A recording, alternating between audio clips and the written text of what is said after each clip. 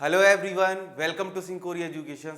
Students, आज का ये लेक्चर स्पेसिफिकली डिवोटेड रहने वाला है शेप ऑफ मॉलिक्यूल्स के बारे में। पिछले कुछ लेक्चर्स में मैंने आप लोगों को डिटेल में बता दिया था कि कैसे आप हाइब्रिडाइजेशन निकाल सकते हैं।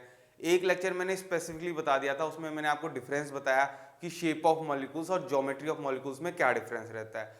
आज के इस लेक्चर में मैं शेप ऑफ मॉलिक्यूल्स तो आपको निकालना बताऊंगा ही साथ हम लास्ट में कुछ क्वेश्चंस भी कर लेंगे जिसमें हाइब्रिडाइजेशन कैसे निकालते हैं, ज्योमेट्री इसकी क्या होगी और शेप, जो सारी चीज़ें आपसे पूछी जा सकती है वो सारी की सारी चीज़ें हम आराम से डिटेल में डिस्कस कर लेंगे। तो स्टूडेंट स्टार्ट करते हैं। सबसे पहले अगर हम बात करें तो इसमें जो हम स्टडी करने वाले हैं शेप ऑफ मॉलिक्यूल्स में, वो हाइब्रिडाइजेशन के वाइज करेंगे। सबसे पहले मैं आपको बताऊंगा sp हाइब्रिडाइजेशन के बारे में, फिर sp2 हाइब्रिडाइजेशन के बारे में, और क्या क्या पॉसिबल ज्योमेट्रीज या फिर शेप्स जो आपसे पूछी जाती है, दोनों को हम साथ लेके चलने वाले हैं। मैं डिटेल में बताने वाला हूं ज्योमेट्री का कंसेप्ट भी, और इससे आपका शेप वाला कंसेप्ट भी रिलेटेड रहने वाला है। ठीक है, तो स्टार्ट करते हैं। सबसे पहले बात करें तो आपकी z की वैल्यू 2 आती है, तो आपका हाइब्रिडाइजेशन जो होता है, सबसे फर्स्ट हाइब्रिडाइजेशन हम पढ़ते हैं वो कौन सा पढ़ते हैं स्टूडेंट्स, वो हम पढ़ते हैं sp हाइब्रिडाइजेशन।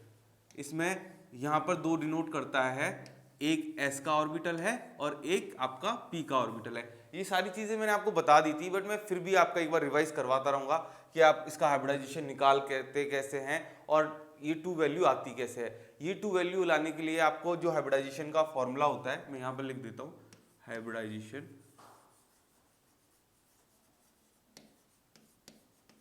तो आपको simply number of bond pair और नंबर ऑफ लोन पेयर्स निकालने होते हैं। क्या निकालना होता है आपको? Number of bond pair plus lone pair निकालना होता है। इससे आपका हाइब्रिडाइजेशन आ जाएगा। और आपको शेप ऑफ मॉलिक्यूल्स अगर निकालनी है ना स्टूडेंट्स, तो सिर्फ आपको हाइब्रिडाइजेशन निकालना आना चाहिए, उससे आप शेप ऑफ मॉलिक्यूल्स बहुत इजीली पता कर सकते हैं। ठीक है, आपको दो चीजें पता होनी चाहिए, बॉन्ड पेयर और लोन पेयर। बॉन्ड पेयर होता है आपका कि उससे कितने नंबर ऑफ एटम अटैच्ड है। ठीक है, तो कोई भी आप मॉलिक्यूल देखिए और उसमें देखिए कि उसमें कितने नंबर ऑफ एटम अटैच्ड है, उसमें आप प्लस कर दीजिए लोन पेयर का कि उसके पास कितने लोन पेयर है। अगर आप इन दोनों का एडिशन करते हैं तो उसकी वैल्यू अगर 2 आती है तो उसका हाइब्रिडाइजेशन हो जाता है sp। ठीक है, तो यहाँ तक किसी को कोई दिक्कत नहीं होगी। अब अगर बात की जाए इसकी ज्योमेट्री और शेप की, तो स्टूडेंट ध्यान रखने की बात है कि इसमें सिर्फ एक लोन पेयर वाला केस कभी नहीं आता है। हमेशा आपको कुछ भी दिया हो और आपका हाइब्रिडाइजेशन अगर sp आ रहा हो तो इसकी आपसे चाहे ज्योमेट्री पूछी गई हो या पूछा जाए आपसे शेप, आपको दोनों के दोनों आंसर क्या देने हैं? लीनियर। आपकी ज्योमेट्री भी लीनियर है इसमें और आपकी जो शेप है वो भी लीनियर हो जाती है। तो सिर्फ आपको sp हाइब्रिडाइजेशन में एक ही केस याद करना है। हम जैसे जैसे बढ़ेंगे हमारे नेक्स्ट पे जाएंगे sp2 हाइब्रिडाइजेशन में, तो वहां पर आपको 2 केसेस याद करने होंगे। यहाँ पर आप सिर्फ एक केस याद कर रहे हो, मतलब आपसे अगर आपका हाइब्रिडाइजेशन sp आ रहा है तो उस मॉलिक्यूल की आपसे ज्योमेट्री और शेप पूछी है तो कुछ मत कीजिए, डायरेक्ट लिख दीजिए लीनियर। ठीक है, यहाँ पे हमारा sp हाइब्रिडाइजेशन वाला कंसेप्ट खत्म हो जाता है। नेक्स्ट, अगर हमारा z की वैल्यू 3 आ रही हो, मतलब अपना जो हाइब्रिडाइजेशन हो जाएगा स्टूडेंट्स वो कौन सा हो जाएगा? sp2। क्या हो जाएगा हमारा हाइब्रिडाइजेशन जो हो जाएगा वो हो जाएगा sp2। चलो यहाँ तक तो ठीक है।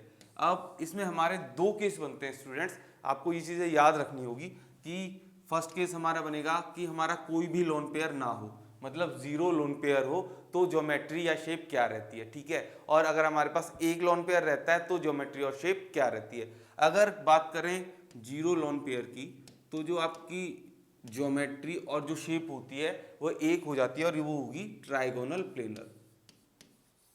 Trigonal planar. वहीं अगर आपके पास सिर्फ एक लोन पेयर आ जाता है, एक लोन पेयर, तो जो आपकी शेप हो जाएगी स्टूडेंट्स वो हो जाएगी बैंड शेप। और अगर ज्योमेट्री की बात की जाए तो मैंने आपको पिछले लेक्चर्स में भी बताया था, ज्योमेट्री नहीं बदलती है, चाहे आपके लोन पेयर्स बदल जाएं, आपकी ज्योमेट्री फिर भी क्या रहेगी? आपकी ज्योमेट्री फिर भी क्या रहेगी? Trigonal planar. तो यहाँ पर आपकी ज्योमेट्री क्या है? एक लोन पेयर के केस में ज्योमेट्री तो अभी भी ट्राइगोनल प्लेनर है, बट इसकी जो शेप है वो शेप क्या हो जाती है? इसकी जो शेप होती है वो बैंड हो जाती है। हमारा जो sp हाइब्रिडाइजेशन वाला केस था इसमें कुछ नहीं होता, शेप भी लीनियर रहती है और ज्योमेट्री भी लीनियर रहती है। तो आप इस वाली चीज को नोट डाउन कर लीजिए, फिर मैं आपको नेक्स्ट पॉइंट जिसमें रहेगा फोर्थ हाइब्रिडाइजेशन sp3, उसके बारे में डिस्कस करेंगे। तो स्टूडेंट्स, आई होप आप सभी ने इसको नोट डाउन कर लिया होगा। अब हम इसी के नेक्स्ट टॉपिक पे बढ़ते हैं, जिसमें हम पढ़ेंगे sp3 हाइब्रिडाइजेशन के बारे में। हम पढ़ने वाले हैं अगर आपका हाइब्रिडाइजेशन की वैल्यू sp3 आ जाए तो क्या क्या ज्योमेट्री पॉसिबल हो सकती है। आपको सिर्फ हाइब्रिडाइजेशन निकालना है। मैं फिर कह रहा हूँ स्टूडेंट, शेप ऑफ मॉलिक्यूल्स या फिर ज्योमेट्री ऑफ मॉलिक्यूल्स आपको कुछ भी पूछा जाए, आप सिर्फ हाइब्रिडाइजेशन निकाल लीजिए, बाकी सारे आंसर जितने भी हैं आपके वहीं से आ जाएंगे। अगर आपको जो हाइब्रिडाइजेशन आपका आ रहा है वो sp3 आ रहा है, तो इसमें क्या कितने पॉसिबल केसेस हैं? इसमें 3 पॉसिबल केसेस हैं। फर्स्ट जो पॉसिबल केस बनता है वह बनता है कि आपकी जो लोन पेयर हो वो जीरो हो।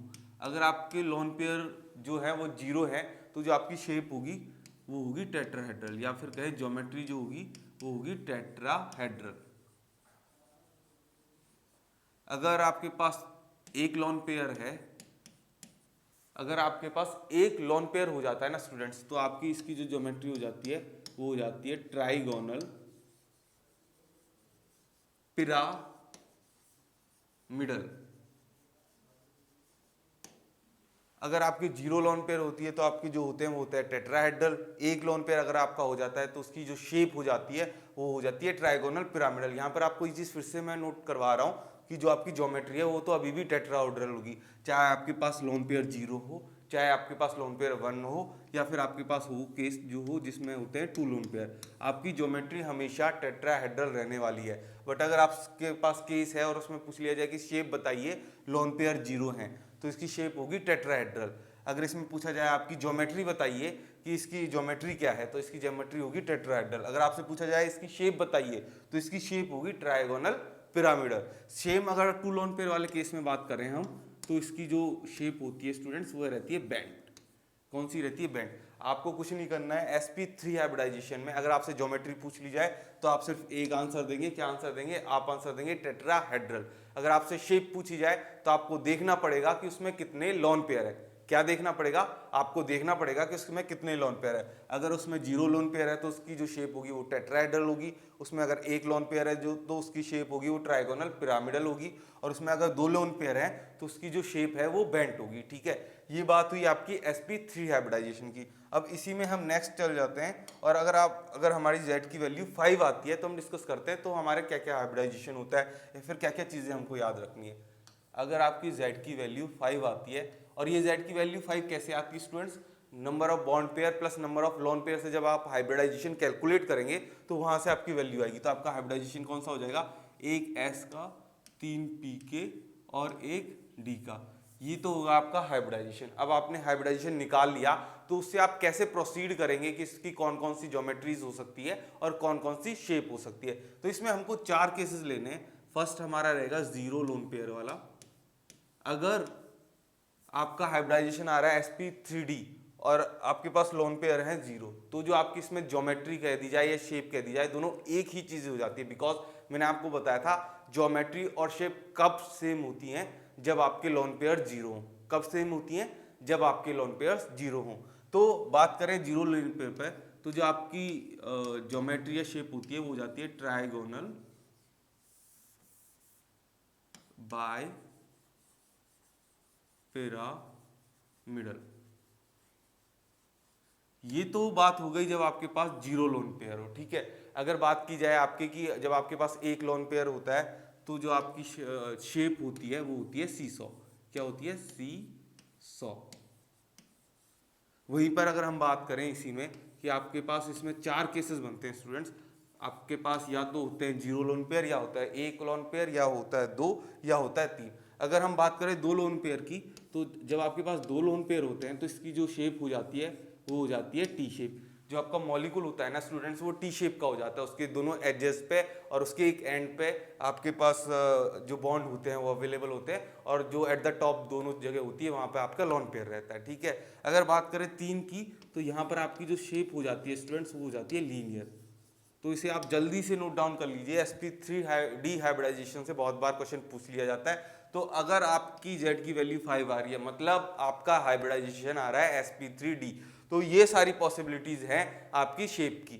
अगर ज्योमेट्री की बात की जाए तो ज्योमेट्री आपकी रहेगी हमेशा ट्राइगोनल बाई पिरामिडल।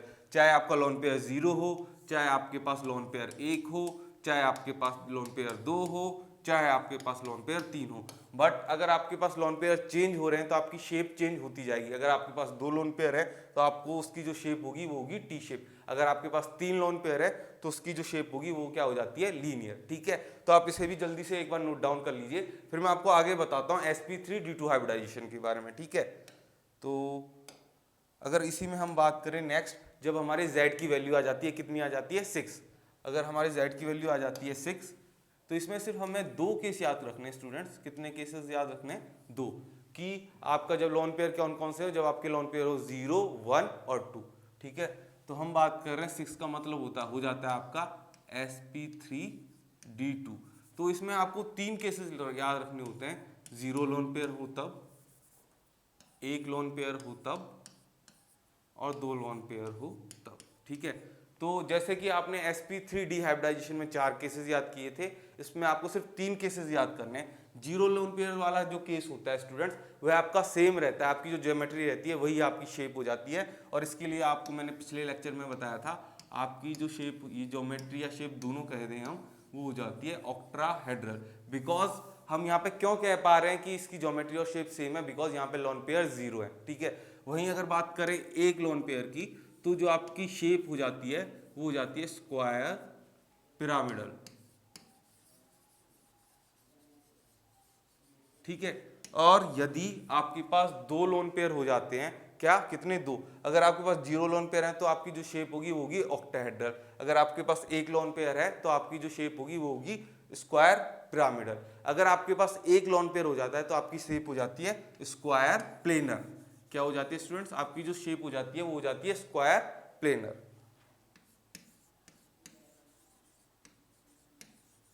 इसी में हमारा लास्ट और बच जाता है, हमने sp3d2 के बारे में तो पढ़ लिया है, अब हमारा एक लास्ट केस बच जाता है sp3d3। फिर हम सारे जो जितने भी शेप पॉसिबल्स के क्वेश्चंस पूछे जाते हैं उसका हमने कंसेप्ट कवर कर लिया होगा। उसके बाद हम कुछ क्वेश्चंस करेंगे। ठीक है, तो इसी में हम नेक्स्ट देख लेते हैं, एक छोटा सा पोर्शन रह गया है 7 वाले में, सिर्फ हमको एक ही केस याद रखना है। अगर आपकी इसकी वैल्यू आ जाती है 7, अगर इसकी आपकी वैल्यू आ रही है 7, तो आपका जो हाइब्रिडाइजेशन होगा वो तो कितना होगा, sp3d3।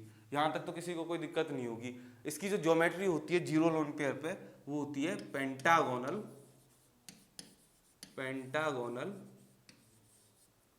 Bye pyramidal. तो मैंने सारे जो पॉसिबल शेप्स जिनसे क्वेश्चंस पूछे जाते रहे वो आपको बता दिए हैं। मैं एक बार फिर से आपको रिवाइज करवाता देता हूँ। देखिए, सबसे पहले हमने बात की sp हाइब्रिडाइजेशन की। sp हाइब्रिडाइजेशन में कुछ भी आ जाए, उसकी ज्योमेट्री और शेप आपसे कुछ भी पूछ लिया जाए, आपको क्या आंसर लिखना है, आपको आंसर लिखना है लीनियर होगा उसका। अगर आपको उसका हाइब्रिडाइजेशन आता है कितना, sp, मतलब z की वैल्यू आपकी कितनी आ रही है 2। यहाँ तक के केस में किसी को कोई दिक्कत नहीं होगी। ठीक है, नेक्स्ट चलते हैं। फिर हमने बात की sp2 हाइब्रिडाइजेशन के बारे में। sp2 हाइब्रिडाइजेशन में हमने 2 केस देखे, कौन कौन से, 0 लोन पेयर वाला और कौन सा देखा हमने, 1 लोन पेयर वाला। अगर आपके पास 0 लोन पेयर है तो क्या ज्योमेट्री होती है आपकी, होती है ट्राइगोनल प्लेनर।